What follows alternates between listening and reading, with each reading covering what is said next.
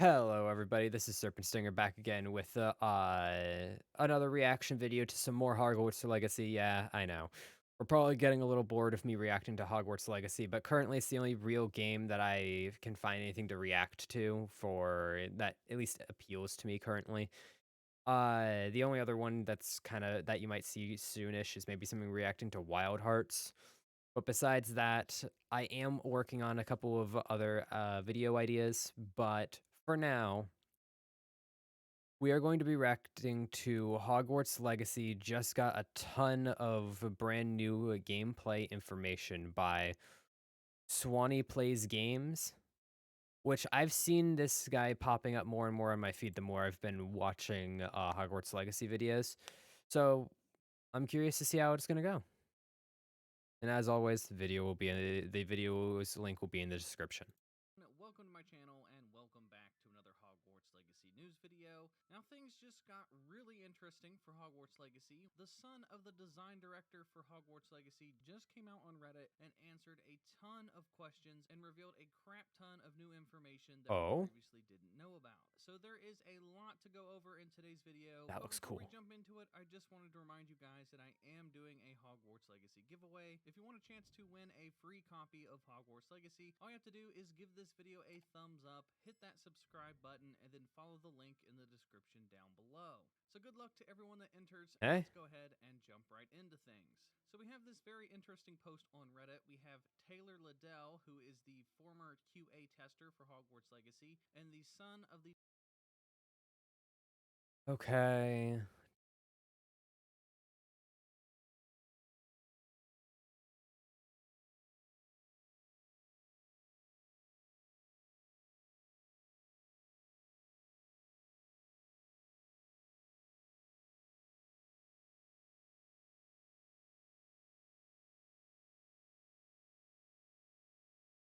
You can dive underwater conditionally.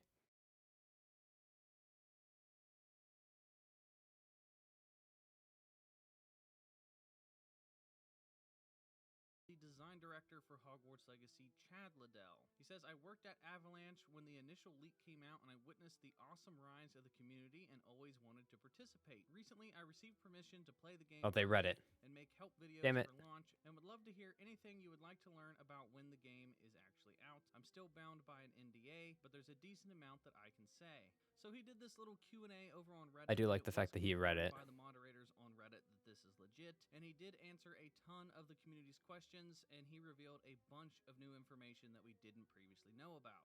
But before he even got to the questions, he went out and already confirmed that you can dive underwater in the game. For some reason, this has been one of the most asked questions in the community. Since we got confirmation that we can in fact swim in the game, people have now been asking if we can dive underwater, and here he comes out and confirms right away.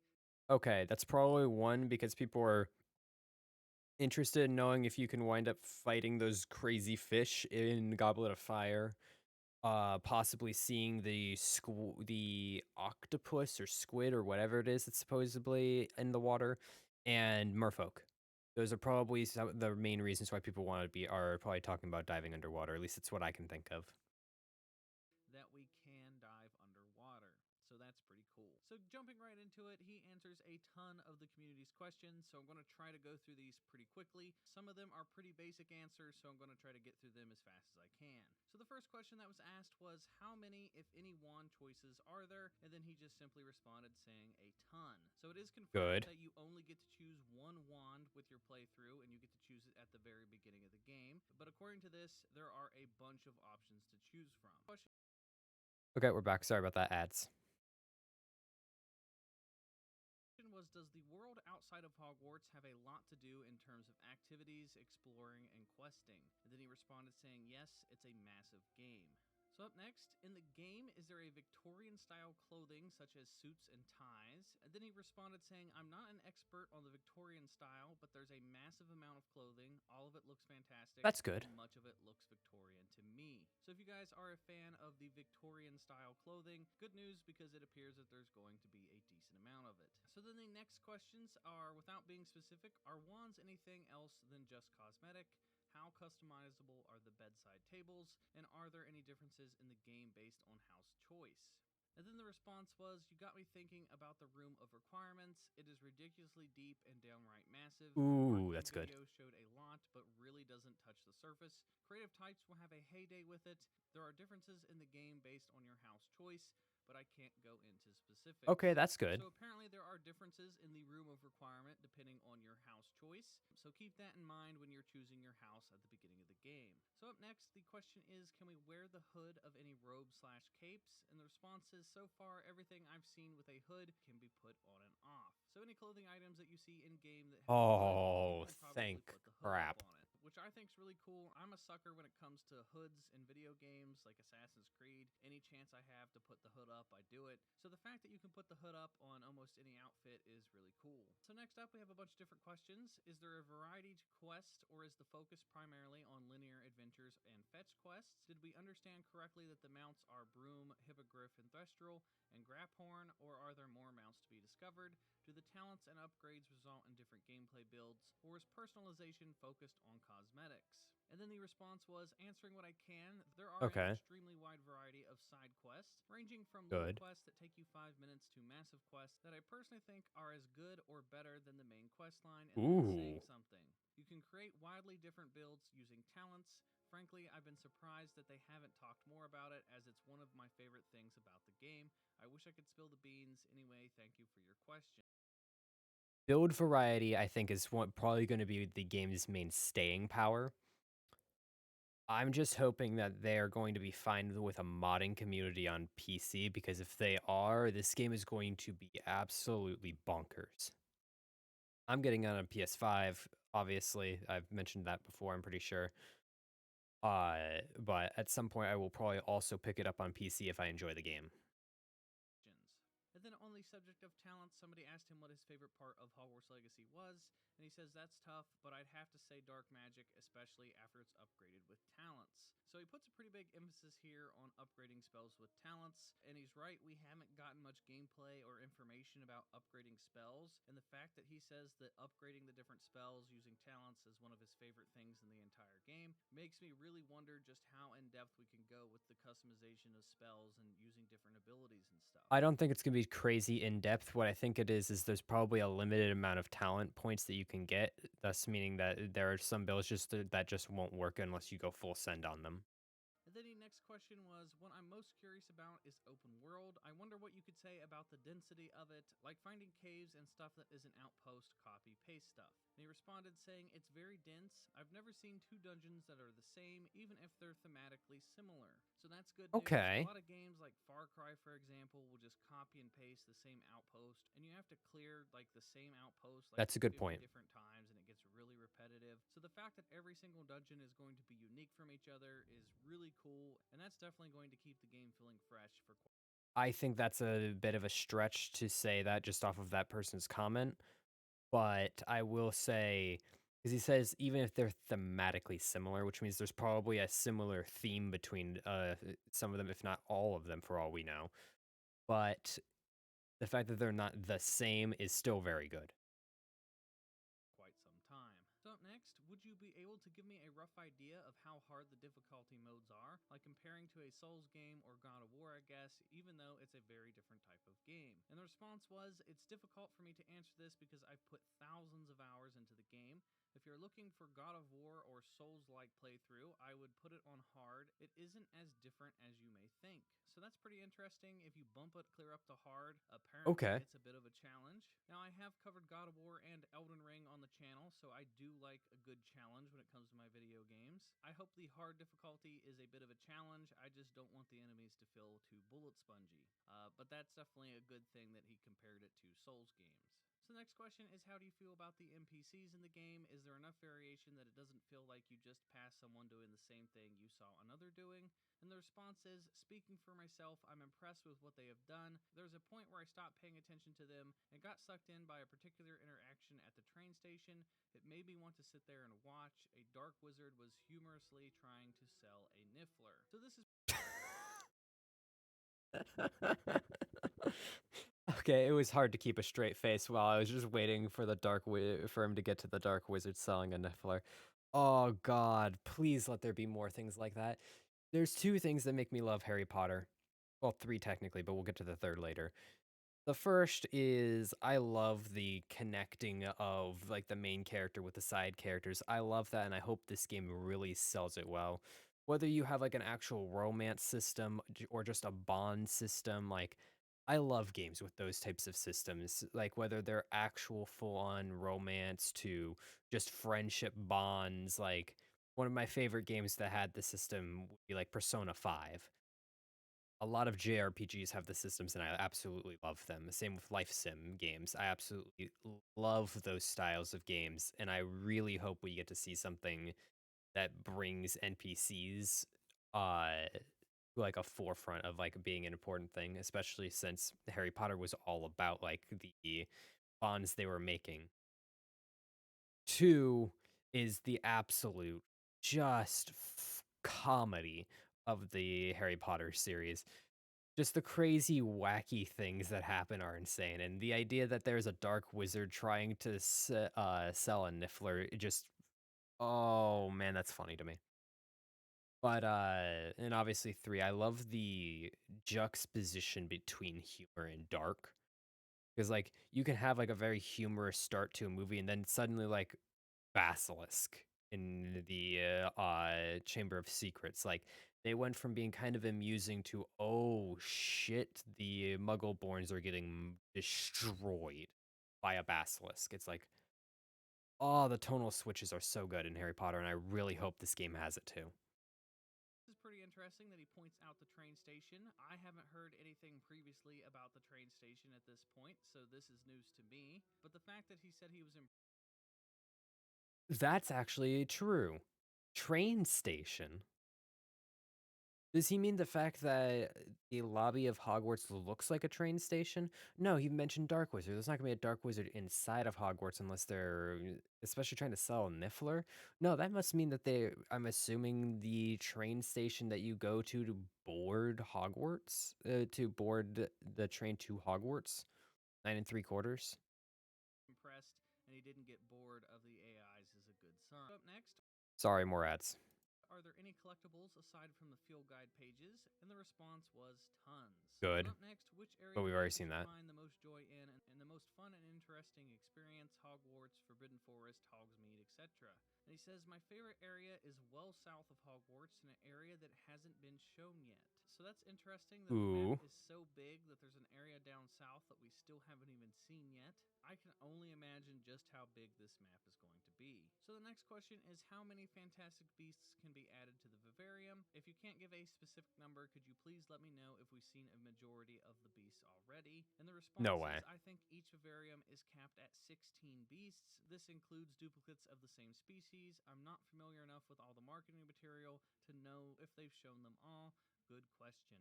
So here we do have confirmation that the vivarium is capped at 16 beasts, which based off of the size of the vivarium that we got to see in the gameplay, I feel like 16 beasts is a pretty good number for the size of the area that we're That in. makes a lot But of I do find sense. that interesting that you can have duplicates of the same All of that makes a lot of sense.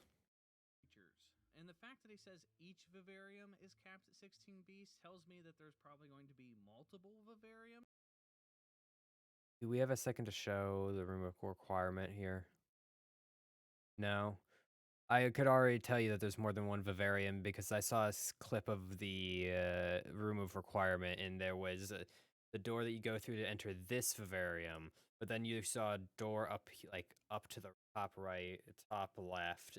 Like I thought I saw two more to the side, so I'm assuming there's at least five vivariums, possibly that you could Which to upgrade to me get is more. really cool, especially if Might I just want to start with have one. multiple copies of the same creature. It sounds to me like there's going to be tons and tons of customization. So the next question is, hello, have you played any other open world games? Would you say it's similar with any other game like Skyrim or Elden Ring, or more like story driven like God of War? Also, would you say it's a game for a non-Harry Potter fans? And the response is yes, I've played a lot of them. To me, it feels like a hybrid between God of War, Skyrim, and Red Dead Redemption 2. I think non-Harry Good. Potter That's fans very would good. also enjoy the game. So the next question is a The back part of that, Harry Potter non-Harry Potter fans, I think, would enjoy the game. That is very good.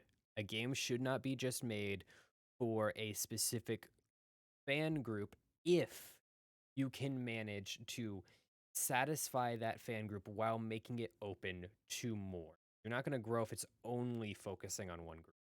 But for something like Harry Potter or your God of Wars or your From Soft Souls games, you need to make sure you are satisfying those fans and then worrying about growth. Because if you don't satisfy the fans that have been sticking with the series, then you're basically just going to kind of stab them until they're just not going to continue buying your merchandise. That's just going to hurt your sales. Pretty important one.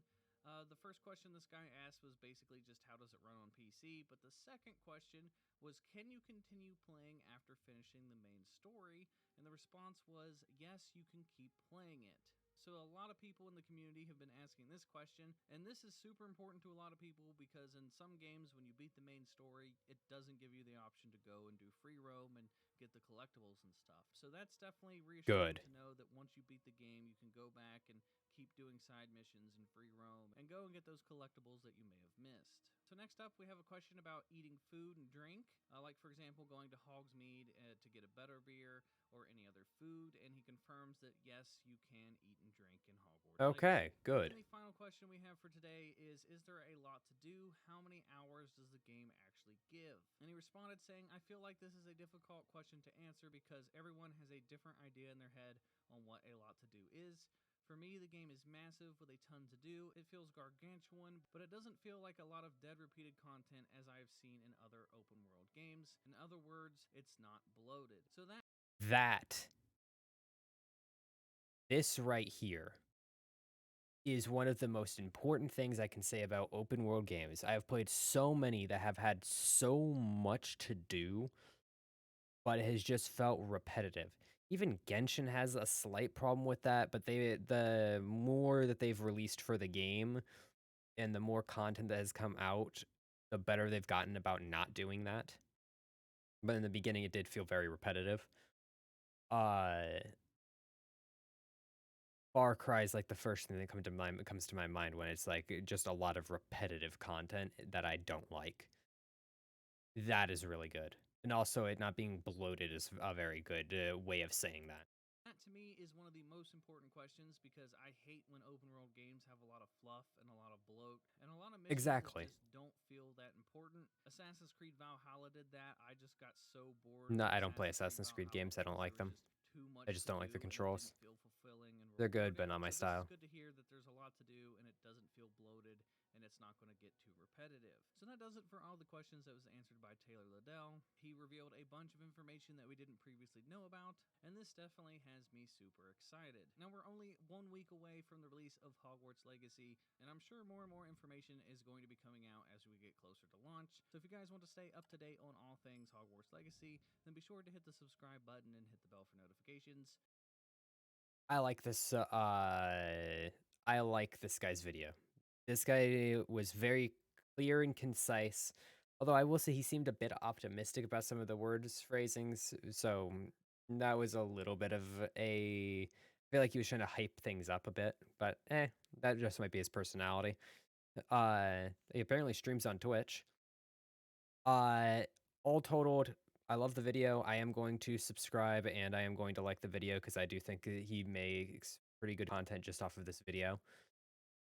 Uh, Hopefully, if there's any more content, I'll be reacting to it as well, so we can talk about it then. All total, the questions that were answered were very interesting. I think the guy did a very good job at dodging specific questions without saying anything. Like a specific one that I want to bring up. Let's see if we can find it here. Outpost Sorry about that, ads. Let's see if we can find this.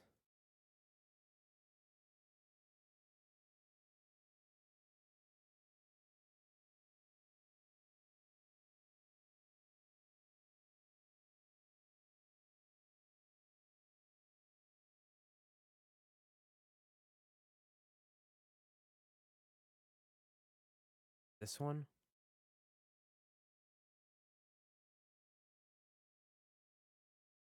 than just cosmetic. Yeah, without being specific, are wands anything else than just cosmetic? How customizable are the bedside tables, and are there any differences in the game based on house How choice? customizable are the bedside Now look tables, at his and are answer. there any differences in the game based on house choice? And then the response was, you got Haha, I love your bedside table question. You got me thinking about the room of requirements. It's ridiculously deep and downright massive. The marketing video showed a lot, but it didn't really touch the surface. Creative types will have a heyday with it. There are differences in the game based on your house choice, but I can't go into specifics. So he answers yes that there is game-based differences. Uh Not specifically tied to the room of requirement, but there are game-based differences based off of your house choice, which is good. And that what I want to really bring up here. Two, rather than really talking about the bedside table question, he talks about the room requirement. A little sneaky because that doesn't really answer the bedside table question, but it does give us a bit of information. But he doesn't say anything about the wands.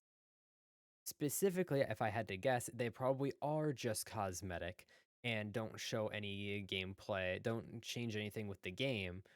Thus, if you just straight up say that, it will kind of it could possibly lower hype a little bit. So, by not answering it, you it's kind of weaselly.